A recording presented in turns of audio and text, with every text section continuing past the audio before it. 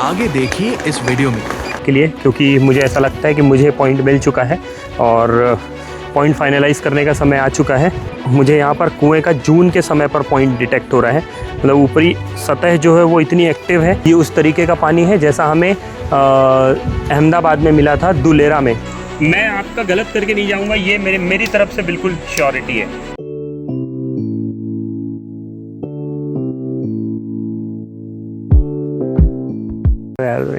आज मुदित sir intro देंगे। वाह, इधर शुरू करने में मुदित सर तो ये भी पूछ रहे हैं कि किधर से शुरू करना है। दिलवा है मुदित सर का क्या दिख रहा है? कुआं। कहाँ? वहाँ पे कुआं बनाए हुए हैं। हाँ, कहाँ पर है? वो सोलर पैनल लगा है। ओके, क्या परिस्थिति है अभी उसकी? अच्छी है, मतलब कितना चल रहा है वो अभी? यहाँ पर फिर भी बहुत को कैसे कैलकुलेट करूँ? किसी के लिए बहुत 2 घंटे भी है और किसी के लिए 8 घंटे भी है। हाँ, मतलब वो चल जाते हैं दिन भर, मोटर चल जाता था ईयर नहीं। ठीक है मुदित, है ना? नेचुरल 1000 है ना? कोई भी डिफ्लेक्शन कुछ भी चेंज आए तो मुझे तुरंत इन्फॉर्म करना। चले? Count of 3, 1 2 3। मैं कई बार सलाह देता हूँ आप सभी को, अपने खेत के अंदर पेड़ ज़रूर लगाइए, फलदार पेड़ लगाइए, क्योंकि बच्चों के साथ जब बच्चों को आप जब खेत देंगे तो उसके साथ कुछ फ्रूटिंग प्लांट होना चाहिए, फ्रूटफुल होना चाहिए। ये देखिए आम का पेड़ लगा हुआ है, कितना सुंदर ये लग रहा है बगीचा। और कहीं ना कहीं इंटरेस्ट भी बढ़ता है जब आप खेत में ऐसे फलदार पेड़ लगाते हो, तो आपकी इच्छा होती है कि चलो खेत पे क्या करेंगे, फल खाएंगे। तो कई बार व्यक्ति फल खाने के लिए अपने खेत आ जाता है, तो फल लगाना चाहिए। बच्चों को खेत के साथ, संपत्ति के साथ फल देंगे, फलदार पेड़ देंगे तो वो संतुष्ट रहेंगे और उनका मन भी लगा रहेगा खेत पर आने के लिए। देखते हैं जिस जगह पर मैं आया हूँ ठीक पीछे मेरे एक कुआं है, और ये गर्मी का समय है, जून है, फिर भी ये कुआं 8 घंटे चलता है। आप समझिए, मैं ये चीज़ आपको सिर्फ इसलिए बता रहा हूँ कि ये कुआं चलता क्यों है, उसका सिर्फ विशेष कारण है कि ठीक पीछे एक डैम है और डैम से पानी का रिसाव हो रहा है।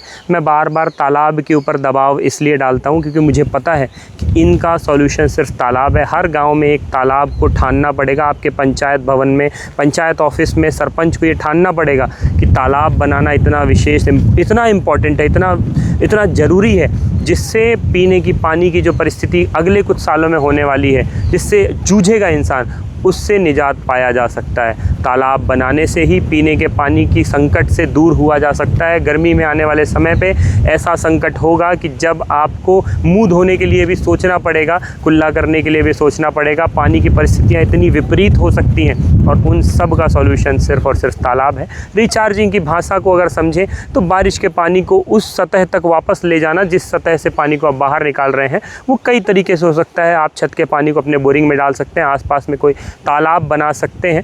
अगर तालाब बनाते हैं तो वो ज़्यादा अच्छा सॉल्यूशन है, क्योंकि वो लंबे समय तक ज़्यादा लोगों को सपोर्ट करेगा, हेल्प करेगा और जल स्तर भी मेंटेन रहेगा।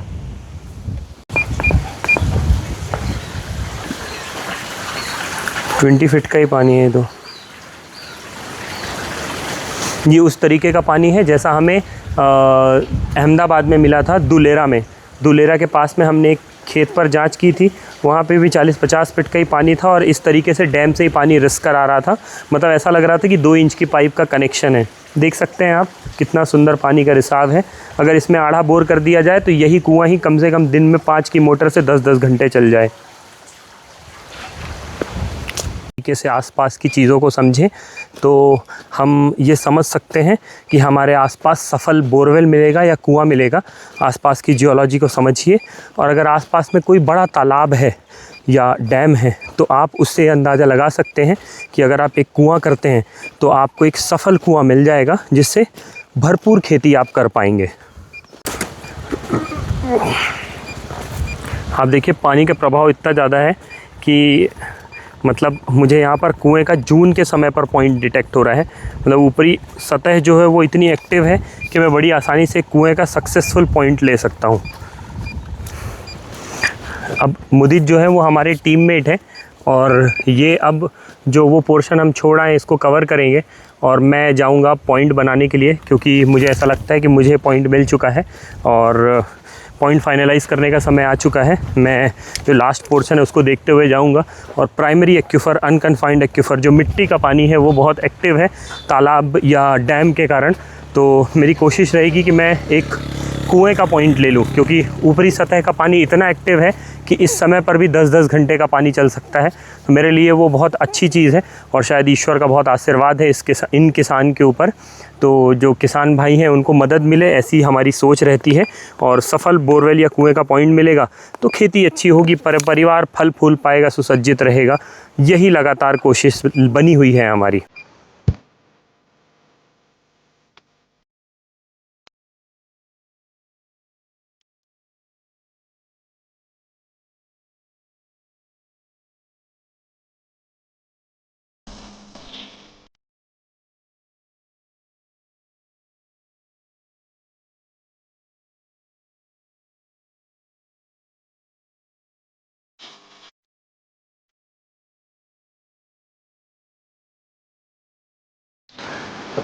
मतलब सोच, पॉइंट वहाँ पर है जहाँ पे तू खड़ा हुआ है और यहाँ पर भी अपन टेस्ट कर रहे हैं ना, तो वाटर फ्लो अच्छा दिख रहा है। बहुत बहुत अच्छा, मतलब बहुत दिनों बाद ऐसी फीलिंग आ रही है कि हम बहुत अच्छा पॉइंट लेकर जाएंगे। भरोसा नहीं था कि मेरा दिन ऐसा जाने वाला है जिसमें मैं एक बहुत अच्छा पॉइंट लेने वाला हूँ, पर लिटरली ये दिन बहुत अच्छा था। शाम भी बहुत अच्छी थी। आप देखो सनसेट कितना सही है और उसी के साथ ये इस जगह पर पानी भी बहुत अच्छा मिला है। मेरा दिल खुश हो गया है।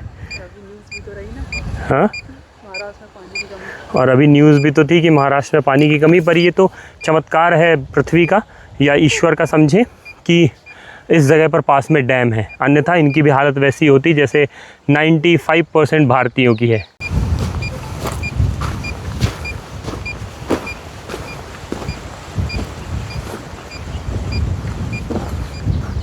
ये मैंने जैसी गहराई बढ़ाई तो यहाँ पर पानी की ये तकलीफ़ आने लग गई है ना, लेकिन मैं जैसी गहराई कम करूँगा आप देखेंगे है ना, मेरे गहराई कम करते ही यहाँ पे अच्छी इंटेंस मुझे दिखती है। इंड्यूशंस ऐसे आते हैं कि यहाँ पर बहुत अच्छा पानी मिल सकता है आपको है ना। जैसे मैंने पानी का गहराई कम की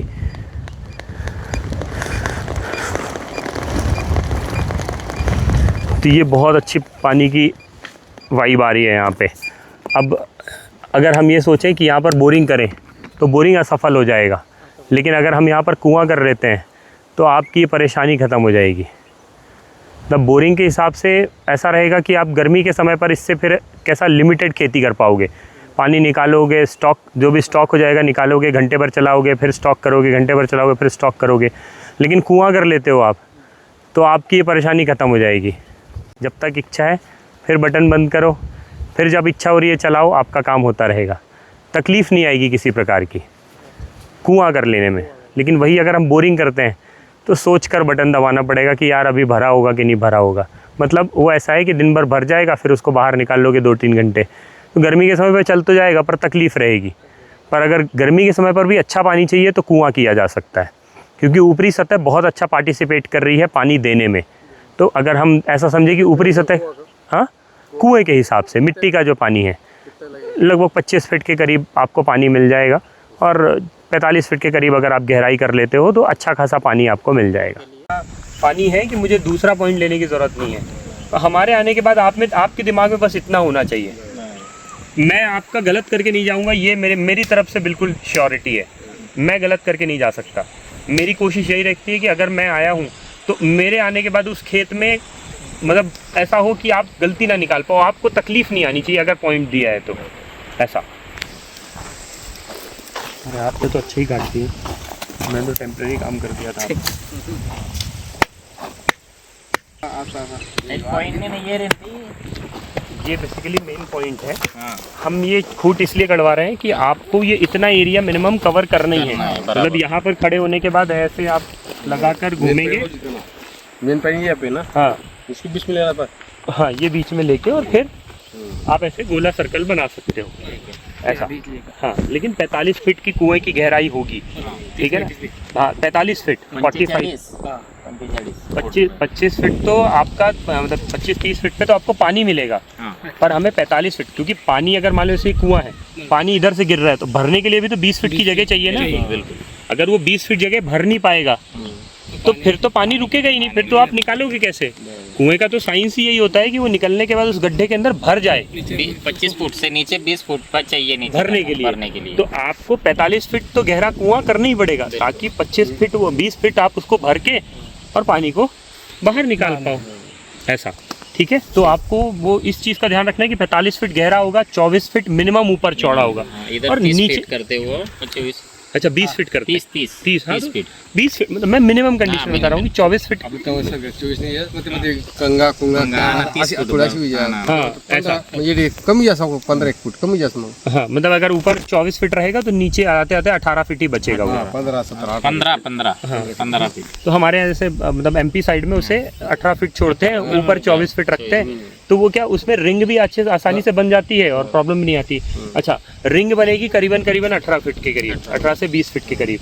तो रिंग में क्या करिएगा, जब नीचे आप रिंग लगाएंगे तो पाइप काट काट के लगा दीजिएगा नीचे, हाँ नीचे, है ना। अब पाइप कैसे, पाइप जो अगर मान लो इतनी बड़ी बड़ी पाइप लगाओगे आप 4 इंच की, है ना, तो आपको पाइप क्या करना है, पाइप में लंबे लंबे कट लगा देने हैं। फिल्टर बनाते हैं ना, जाली बनाते हैं। अच्छा, क्यों बनाने हैं, क्योंकि मान लो पानी पाइप ऐसी लगी हुई है, पानी यहाँ से गिर रहा है, तो वो एटलीस्ट जाली से पानी गिर कर आपके कुएं में गिर जाए।